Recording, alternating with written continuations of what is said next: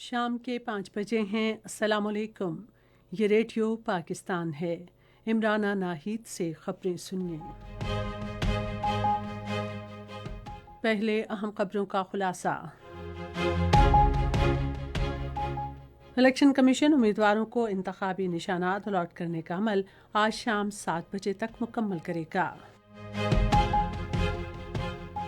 بڑی فوج کے سربراہ نے ملک کے خلاف کسی بھی خطرے سے نمٹنے کے لیے مسلح افواج کے پختہ عزم کا اعادہ کیا ہے۔ پاکستان نے غزہ کے مظلوم عوام کے لیے 20 ٹن امدادی سامان کی چوتھی کھیپ روانہ کی ہے۔ غزہ پر اسرائیلی فوج کے تازہ حملوں میں 135 فلسطینی شہید ہو گئے ہیں۔ اور اب خبریں تفصیل کے ساتھ۔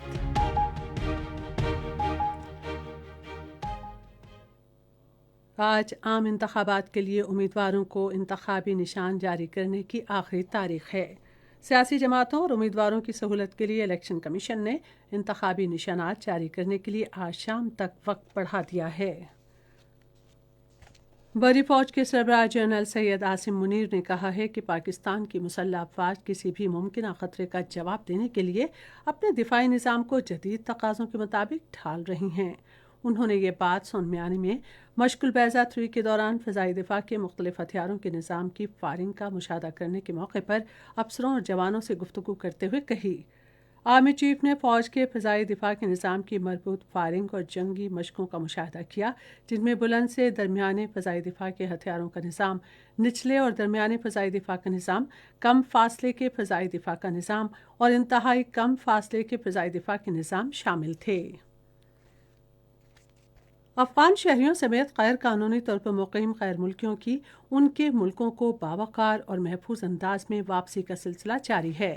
افغان باشندوں کی ان کے ملک واپسی کے لیے کیے گئے دیگر اقدامات کے علاوہ مختلف اضلاع میں ان کی رہائش کے لیے عارضی کیمپس بھی قائم کیے گئے ہیں، جہاں انہیں تمام ضروری سہولیات فراہم کی جا رہی ہیں۔ تازہ ترین اعداد و شمار کے مطابق گزشتہ روز مزید تقریباً 800 غیر قانونی افغان شہری اپنے ملک واپس گئے۔ اب تک مجموعی طور پر 4,66,000 سے زائد غیر قانونی افغان باشندے افغانستان واپس جا چکے ہیں۔ پاکستان کے مختلف سفارت خانوں میں تجارت اور سرمایہ کاری کے لیے نئے تعینات افسران نے آج اسلام آباد میں وزارت خارجہ کا دورہ کیا۔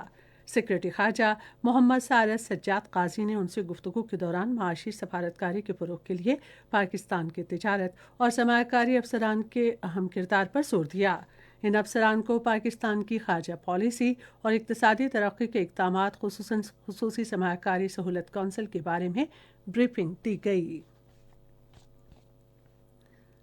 پاکستان نے غزہ کے مظلوم عوام کے لیے 20 ٹن امدادی اشیاء کی چوتھی کھیپ بھجوائی ہے۔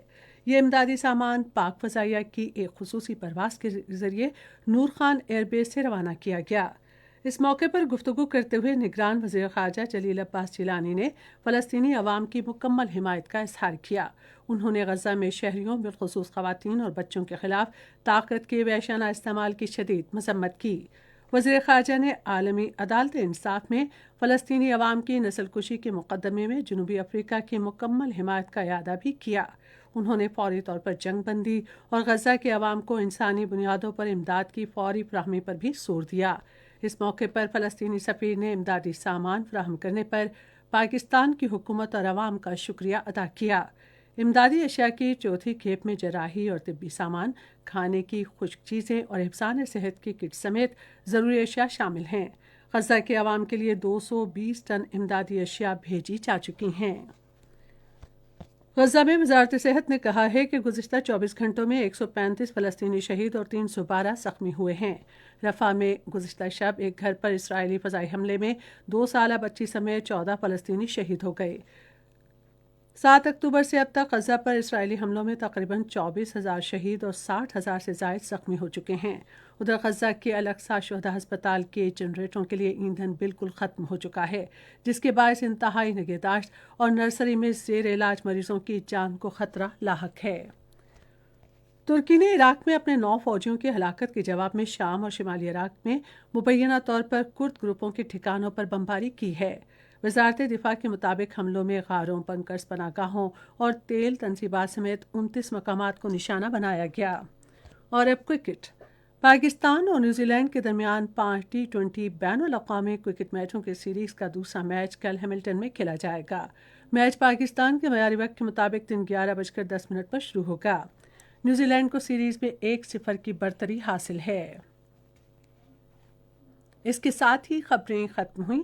مزید خبروں اور تجزیوں کے لیے ہماری ویب سائٹ ہے radio.gov.pk اور فیس بک کے link radio Pakistan news official پر براہ راست ویڈیو اسٹریمنگ بھی ملاحظہ کیجیے۔